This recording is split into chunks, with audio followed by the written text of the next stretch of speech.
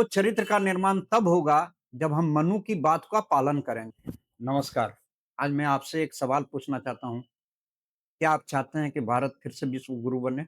यदि हाँ, तो एक चीज़ करना पड़ेगा वो है चरित्र का निर्माण और मम्मय होता है तो उसको हम ब्राह्मण कहते हैं। जब बुद्धि निर्मल होती है और उस सत्य को जान जाता है, तो वो सशक्त हो जाता है, उसे हम क्षत्रिय कहते हैं। और जब चित्त निर्मल होता है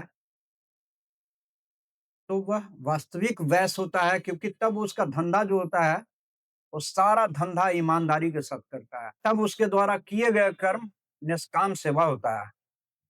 और जब देह भाव से रहित होता है, तो वह शुद्रता का त्याग करता है और आत्म भाव में प्रतिष्ठित हो जाता है। तो मनु का ये 4 वर्णों का व्यवस्था यही था कि ब्राह्मण जो है, जिसका मन निर्मल है वही ब्राह्मण है। क्षत्रिय जो है, जिसका बुद्धि निर्मल हो गई है, वह क्षत्रिय है। जिसका चित्त निर्मल हो गया, वह वैश्य है।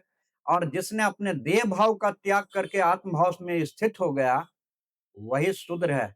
और जब ऐसा आप करेंगे, तो भारत का वास्तविक निर्माण होगा क्योंकि इस देश में एक ही चीज़ है प्रीत जहाँ की रीत सदा, मैं बात वहीं का गाता हूँ, भारत का रहने वाला हूँ, भारत की बात सुनाता हूँ। तो मैं यही चाहता हूँ कि हम सभी अपने चरित्र का निर्माण करें। चरित्र का निर्माण ही है अपने अंतःकरण की शुद्धि और फिर 5 ज्ञान इंद्रियों और 5 कर्म इंद्रियों के द्वारा कर्म करें।